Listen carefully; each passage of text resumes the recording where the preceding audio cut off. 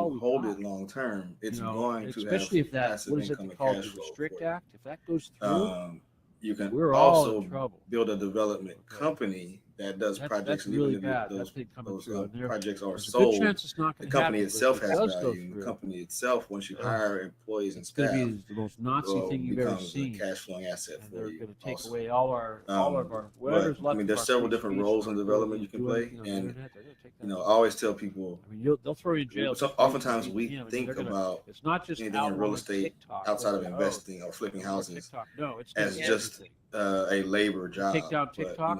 They're gonna take Telegram. we think about Take inspectors it or all. plumbers or appraisers. But do you think they just do that for fear tactics to Anybody. get people scared so that it Engineers. releases loosh? We got to think Or do you think it's a real thing? past Of just course, being the the person entire doing the media work. does Think about that. owning That's the why company. I'm eating the Tucker mushroom Carlson bar, put out dude. And all those are different roles in the real estate entire media development does nothing but cause that that to can happen. create Really, people in generational fear wealth for and you, nothing especially and if all you that. We We really, it's do like things like Renetta build a said, company you and know, sell we it. are You start that another. You powerful. can start a development We can company, like I change said, the an appraisal rotation. company. I'm just eating 1 gram. We can For some reason, a lot of us aliens. are We've got attached to the that idea that we're power. married to a business. But, When a lot Oh of my us, God. right I need a now whole is nother limited. hour It's with like- you. like I need this an gay hour thing's with been you going on just to for talk about that.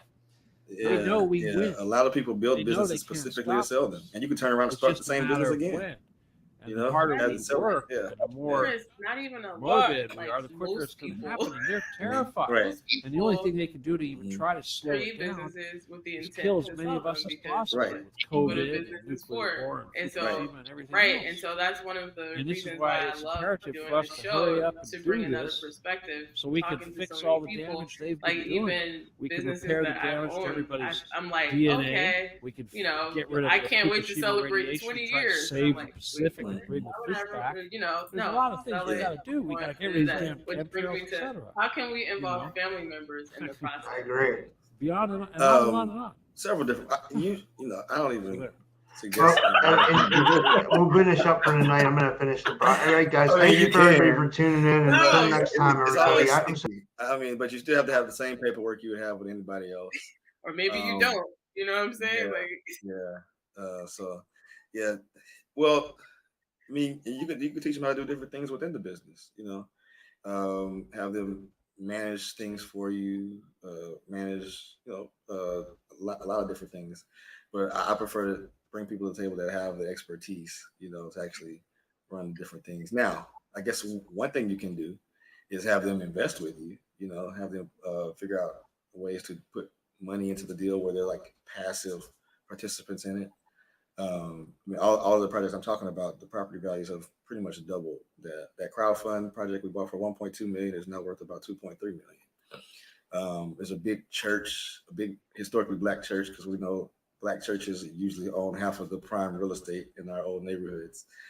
They decided to downsize, and we bought this property for 6.7 million, and it just appraised at 11.5.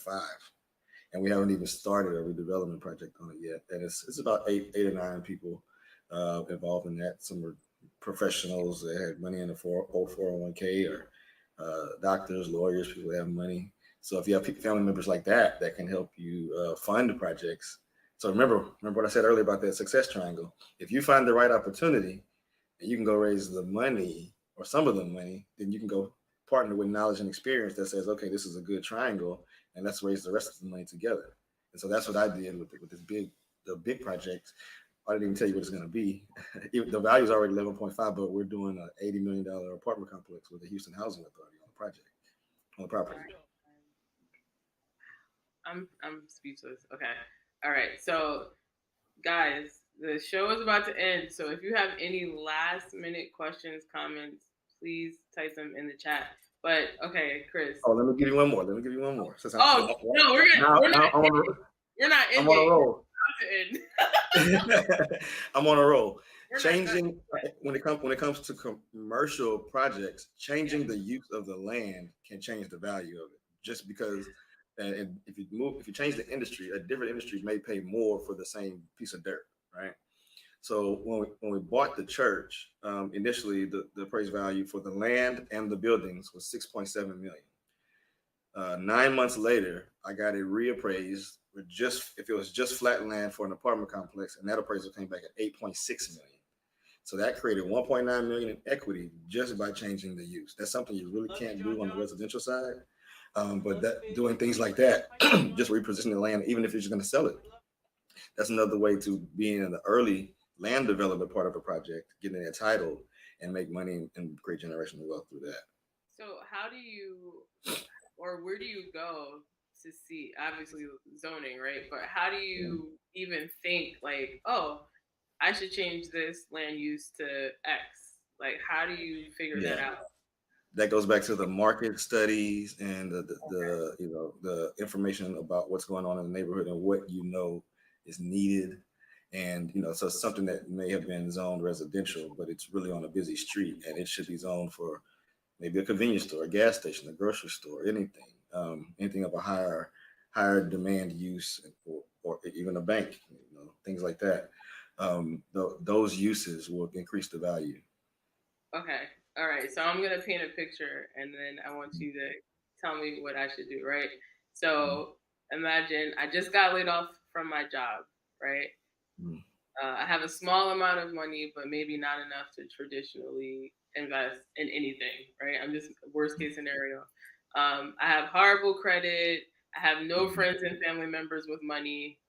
So if I started my network is so small. So if I did a crowdfunding campaign, maybe I would get $200, right? So what are the steps I can take to create long-term wealth, a long-term wealth strategy that leverages real estate development as a core component? Start with a service-based career in real estate, or a passion, or just side gig in real estate. Become a real estate agent, right? Well, all you're doing is working for another person, but you're watching them make decisions. You want to work with an investor, uh, or a builder, a developer, and watch them plan and execute, and then you make money every time they close a deal. Now you have extra money that you can use to start investing. If not that, try to join local real estate networking groups.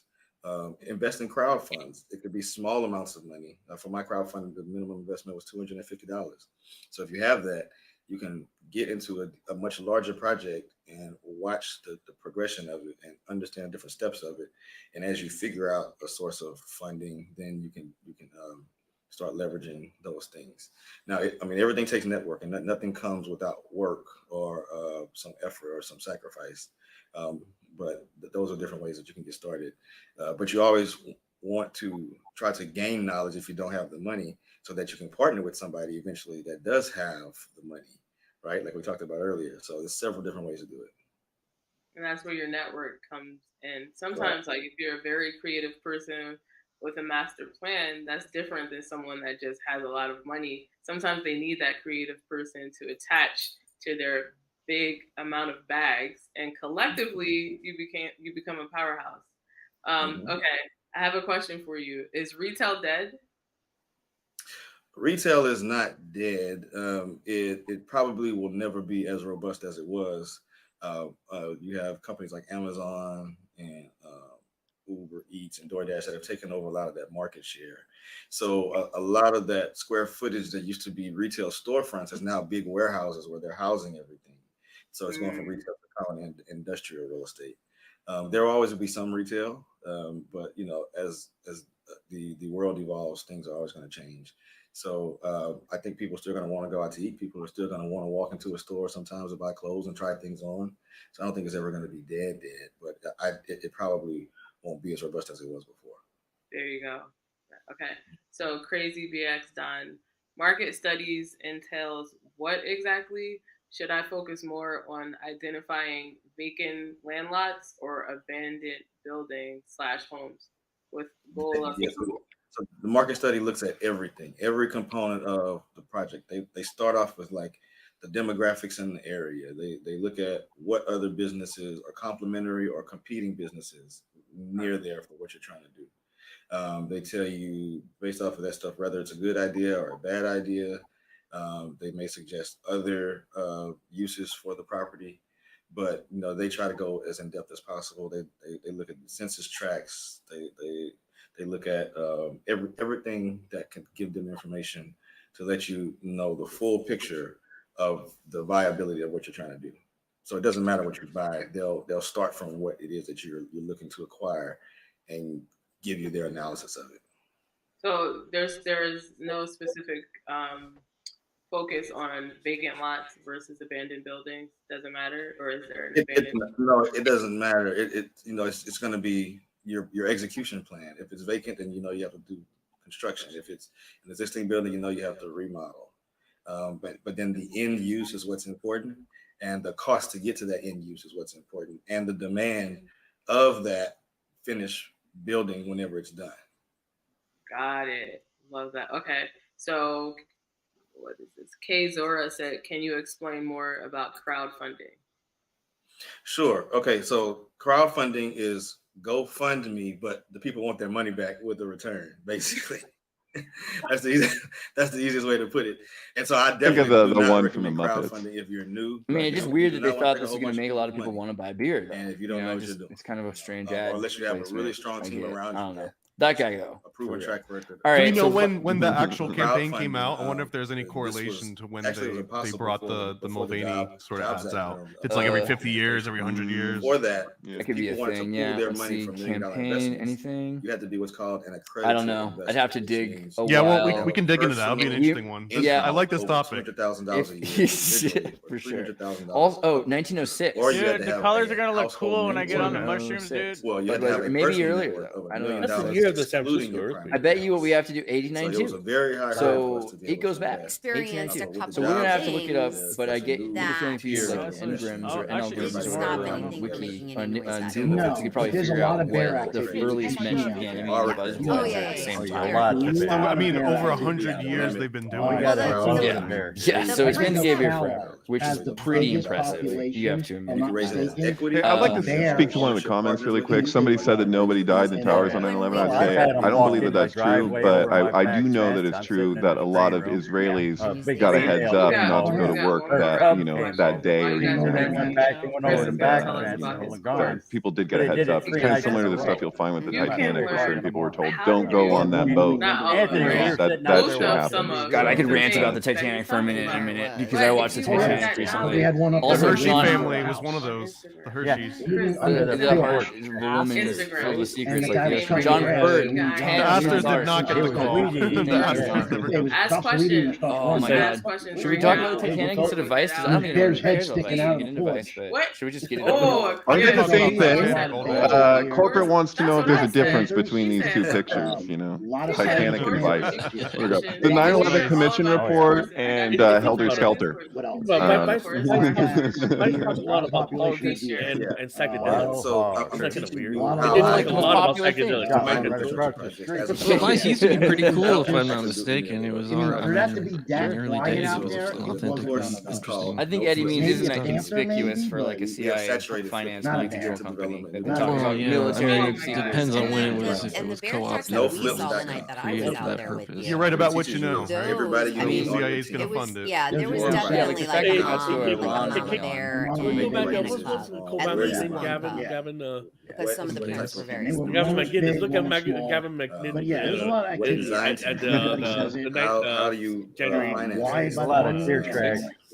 Who do you choose? Yeah, How a do you lot know of clear who's a good track contractor? How do you know trying who's to- a good architect? Wow, my dad's is July 4th. That seems really familiar and Yeah, similar. and look at it. I'm going back to that again. Look at his Yeah, followers. right. They're all Right. You can say what you want about him. He is Scottish, so he's got that going for Is him. there a wider picture of that one where you can see all his followers wearing that impression. Or even going to a Where's the Something wide had one? changed. Oh, they're just like they got a Thelema edge. Are they?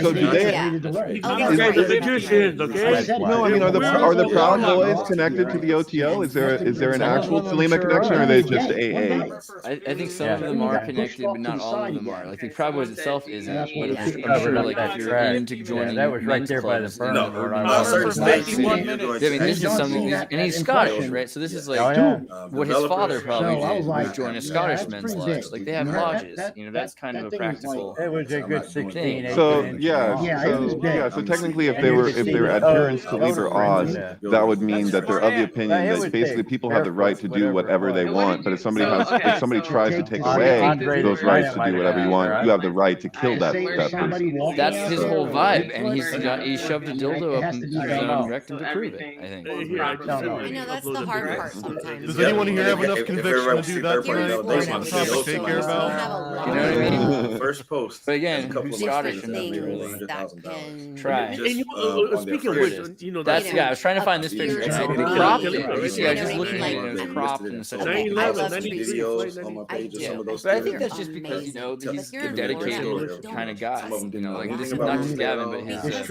Yeah. all these guys. They're kind of they're down between there. in and I vol mean, some really. of it. You know what I mean? Like some of them No flips. have relationships. I think they're emotionally frustrated a lot of the time. The publisher says, the editor takes it, they think it's good, send it to the publisher, they get a publisher for you. The publisher's going to give you like police in the a $2,000 or $3,000 advance. Your book is going to be priced at, let's say, $21.99. You have to sell enough books to cover that advance before you see a penny in royalties.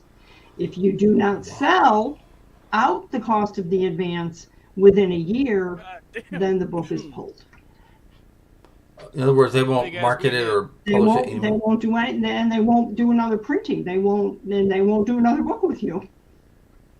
Wow, I mean that's the nature of the beast, though. It's a business. Everyone has to make money, you know. That's why if you self-publish, you're in control of all of that. It's work, as I said. It's like having your own small business, a new small business. You have to learn how to market your book. You have to understand who the audience is. What do they want to hear about the book? We give our authors support by creating a lot of 3D images of the book, with people reading the book, with people at the beach, people in their living room in front of a fireplace. So these are images that they are allowed to use in their marketing. We teach them what to say in their marketing.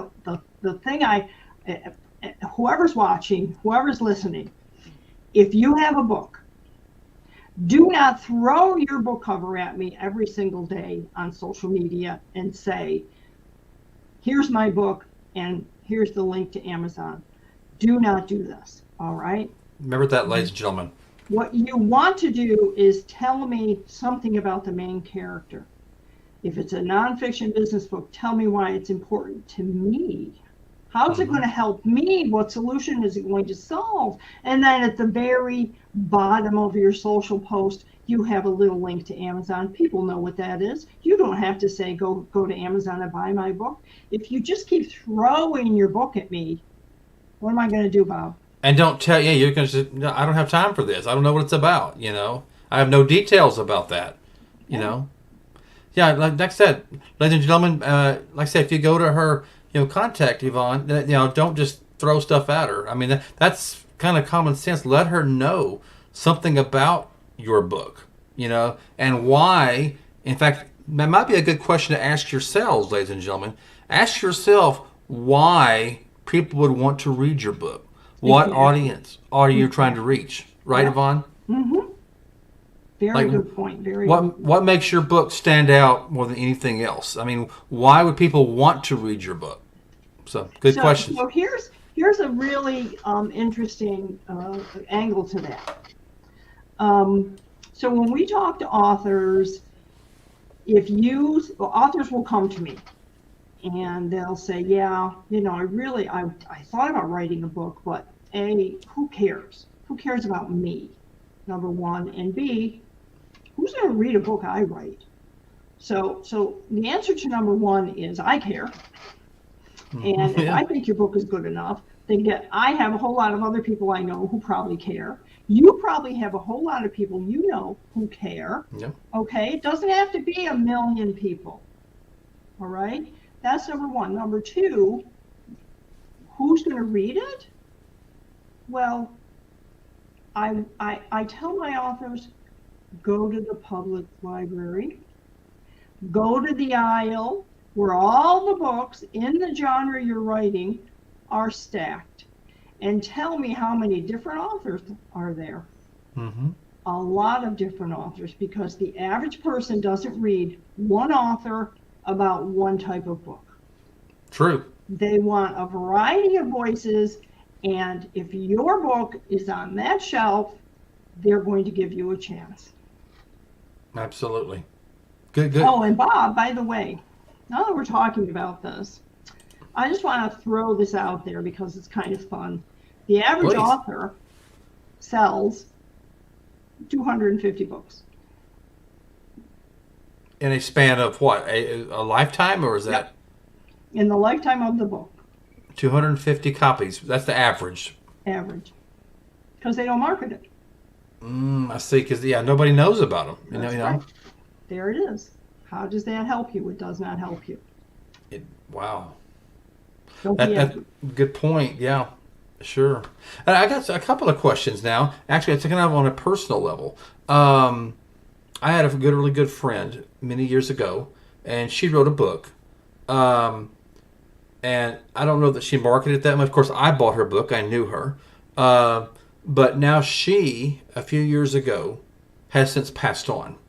Oh. And she had no heirs. Okay. So my question, I guess, this goes along with what we're saying. What about an author maybe that has written a book and they got it out there that was published and it was on Amazon? I'm not sure if it still is. And all of a sudden the author dies. Mm-hmm. And where does the royalties, if any, go? I mean, what happens in a situation like Well, the that? royalties go to the estate. The author will have some kind of an estate if there Okay. are royalties to go there. And the copyright is in, I believe, and don't quote me on this, Tom knows this better than I do, but I believe it's the lifetime of the author plus 30 years. So once they die, it's 30 years. After the 30 years is up, it's out of copyright. So it's probably going to, quote unquote, an estate or a trust fund or something. Yes, it would go curious. to an estate, whether it was a long lost cousin or anybody else like that.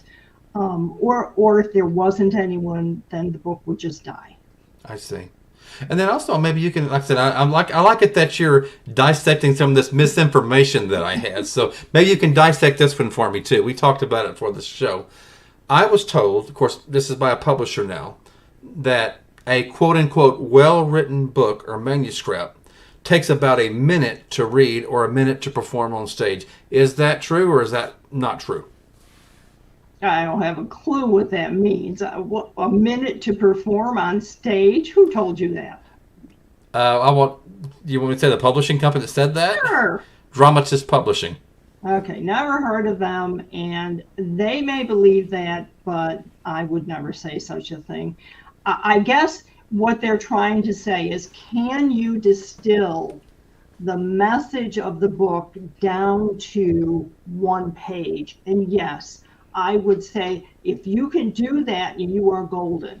Because when you want to market the book and you want to go on a podcast, and you're going to be on Bob Van Buren's variety show, yes, you're going to want to talk about the book, and you're only going to have those little snippets on that page because you're not reading that whole book on his show. No. So if you can condense it down and have the salient points and the most important parts of it on one page, these are what we call the talking points for our authors. And I always work with my authors on the stories that are in their book, because I'm a big believer in stories, whether it's fiction or nonfiction. You need to be telling stories. And so I will say to them sometimes, we want to leave that particular story out of the book, because when you're speaking, whether you're on stage or on a podcast, you want to share something that's not in the book that's special just to the audience you're speaking to. Right. Good words, good advice. I'm glad we talked about that, because I remember thinking 1 minute per page. I'm thinking a minute to read a whole page, but I remember thinking, well, it depends on what font it's in. If it's tiny writing, it'll take you longer than a minute to read that page. Well, and it depends on the person. There are people who can read it in probably 30 seconds, and other people who it takes 3 minutes. That's just absurd to think this is a blanket statement. But I will tell you also, I want to mention, I mentioned the word stories. Okay, let's talk a little bit about that. Okay. So obviously in a fiction book, you have to have a lot of story. It's a story in the and plot. Of itself. Yeah. There are plots, and there are subplots, and there are all these characters, and we can talk about the hero's journey and twists and turns, and right, and all of those things, and how important it is to make sure that you're maintaining the engagement of the reader. So we get into show, don't tell. How do you do that? How do you show something without telling? That's one of the things I work on with my authors is I will say to them, you're just telling, you told me all the stuff that happened, and it was a nice little report that you could put in a PowerPoint if you want, but I don't want to watch a PowerPoint about this. Yeah. I want the story. Sure. So where is the story? How did you feel that day? How did you feel when that happened? And I tell all my authors that they have to bleed on the page. I say, if I don't see a little blood on the page, then I'm not going to take you seriously, and your readers aren't going to take you seriously, because they're out there in the big world, and they're bleeding, and they're suffering, and they need help, and they want to know that you understand them. So they want to see a little blood on the page. Sure, absolutely. Now, as far as writing goes, I've often heard that, now maybe not all authors do this. I kind of did that a little bit, but they would take, let's see if you agree with this or not. They'll like maybe have a 3x5 card or a 4x6 card. And maybe they'll keep it by their bed at night, and all of a sudden maybe they come up with an idea and they write it down real quick, and they put that in the story as well. Have you heard of that? Does that work? A lot of people used to do that. Now they just pick up their phone and record. Oh, that's true. Thinking. I'm old school, so I guess that's yeah. There are a lot of old school people who still use typewriters, believe it or not. Typewriter. Whoa, I never thought I'd hear that before. Now I'll tell you, that is not going to fly when you want to get published, because I am not. Who are you going to get to type all that into your computer? It has to be in the computer to get electronic. Yeah, for sure. Yeah, so so you can type it up all you want, but you're going to have someone put it digitally into the computer. As far as the 3x5 cards, there are a lot of tools online also. They can help you with writing. Scrivener is one of the most popular ones that I hear a lot of people use. I don't use any of those tools, but I hear about them, and a lot of the authors I know and writers I know have their favorites. You pay a little bit, and they perform the same way a 3x5 card does, and you can keep track of what you're building. Some people like to use Trello. And yeah, I know Trello. I've worked with Trello. That's a way to keep your ideas going. And if you're like we're having this conversation, and maybe the back of your head you're thinking, oh, yeah, and you want to put that in, so you go to Trello and you write it down so you don't forget it. And you know, those are really great ways for people to gather their thoughts, gather their ideas, get themselves organized. You know, so one of the first things that we do is we create a table of contents. And it's a living document. Okay. It's fluid because we can change it while we're writing the book. In fact, I have taken, with some of my authors, I've taken chapter 5 to make it chapter 1. Or I've taken chapter 4 and turned it into chapter 7. Yeah, okay. Because this is the flow of the story, and it works better that way. So the table of contents is just a guide. It's just something to keep us focused on the fact that this is what the book is about. These are the stories we're telling. This is why it's important to the people, and this is how it's going to flow. Sounds great. So I guess that goes along with it, Yvonne. Let's just say someone has a book and they've hired you to look at it and tell me what you think. So in addition to like maybe sorting some things around, I guess you also look for spelling errors, grammatical errors, plot holes if there's something that's not answered. I mean, I guess you give suggestions to that. One of the fun things is people are very fond of their mixed metaphors, and I have a lot of fun with that. And I keep saying to them, so on page 2 it was a dog sniffing around in the grass, and on chapter 4 it's now an elephant stomping through the. No, we're not. It's either the dog or the elephant. Yeah. You know, we're not going to have. What is the purpose and which one works better, and then we figure that out. But it's fun. It's fun. Yeah, so I generally work with people before they have a manuscript. Oh, before. Okay, that's good. Yeah, they come to me when they're going to start writing their book. Start writing. Okay, that's even better. So they don't fall in the fit. With authors who already have a manuscript. As I said, 2 of our authors, one of our authors came to us with a book that was done by another publishing company, and it was over 400 pages. And I immediately said, this is 2 books. This is not 1 book. And he said, I know it should have been, but they didn't tell me. They said it was fine. The cover was awful. I said, who signed off on the cover? Well, they told me the cover should be that way. And I'm like, the cover, Bob, let me tell you. They ruined it, sounds like. Let me tell you this. Okay, write this down. Take this to the bank. Remember this, folks. People buy books by their cover. Do not believe that old saying, don't judge a book by its cover, because everybody does. The minute They're on Amazon or in a bookstore or a library, and they see, and you're